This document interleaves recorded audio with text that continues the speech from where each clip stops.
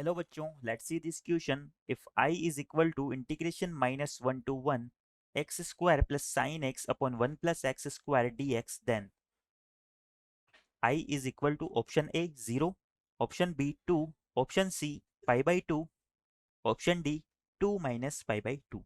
तो बच्चों, इस क्वेश्चन में हमें गिवन इंटीग्रेशन I की वैल्यू फाइंड आउट करनी है। क्वेश्चन पे प्रोसीड करने से पहले हम इससे रिलेटेड की कंसेप्ट को देख लेते हैं।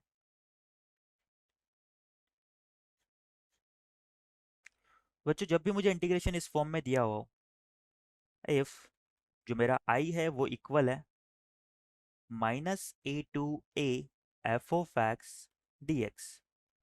तो यहाँ पर हमारा f(x) के ओड और इवन होने की कंडीशन में इसका इंटीग्रेशन डिफरेंट होता है।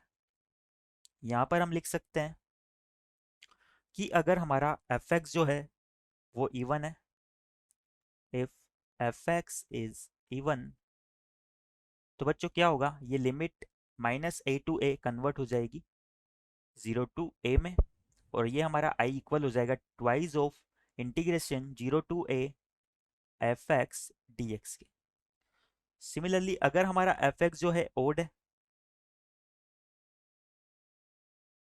इफ f(x) इज ओड, अगर f(x) हमारा एक ओड फंक्शन है तो ये हमारा इंटीग्रेशन क्या होगा, 0 के इक्वल हो जाएगा।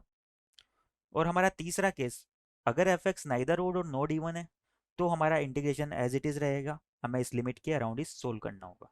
इस कॉन्सेप्ट को माइंड में रखते हुए हम हमारे क्वेश्चन की तरफ आगे प्रोसीड करते हैं। तो क्वेश्चन में हमें I जो है गिवन दैट, जो हमारा I है वो इक्वल है इंटीग्रेशन -1 से 1 x square plus sine x upon में 1 प्लस एक्स स्क्वायर। यहाँ पर हमारा dx हो जाएगा। इस इंटीग्रेशन को हम दो इंटीग्रेशन के सम की फॉर्म में लिख सकते हैं।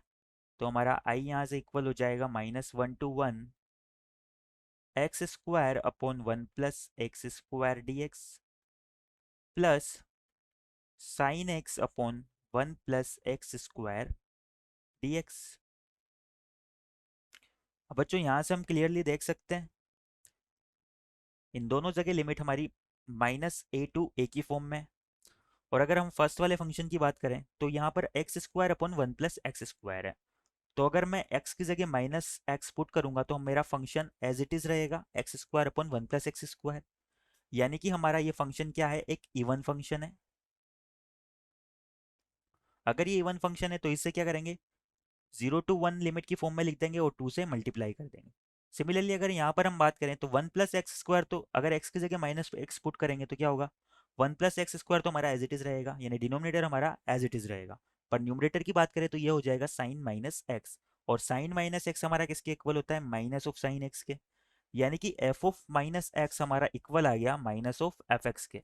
यानी कि ये फंक्शन हमारा क्या है, एक ओड फंक्शन है। अगर ये ओड फंक्शन है और लिमिट हमारी -a to a की फॉर्म में, तो ये हमारा क्या हो जाएगा, 0 हो जाएगा।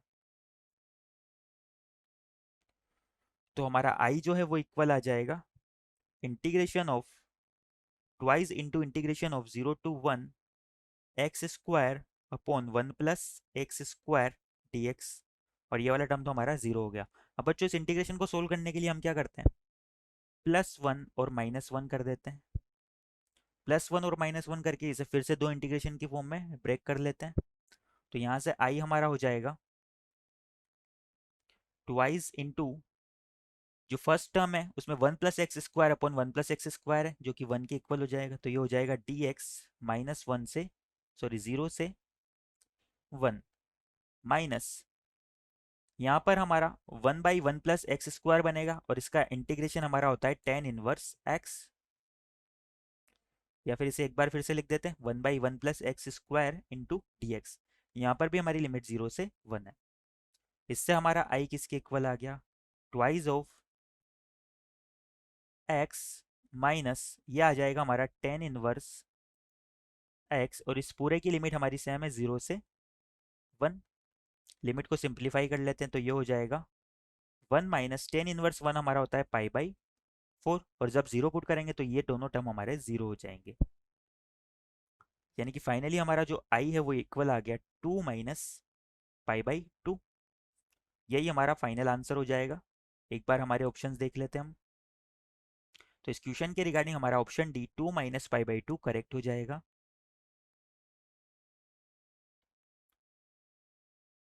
Answer is option D. I hope you understand it well. Best of luck.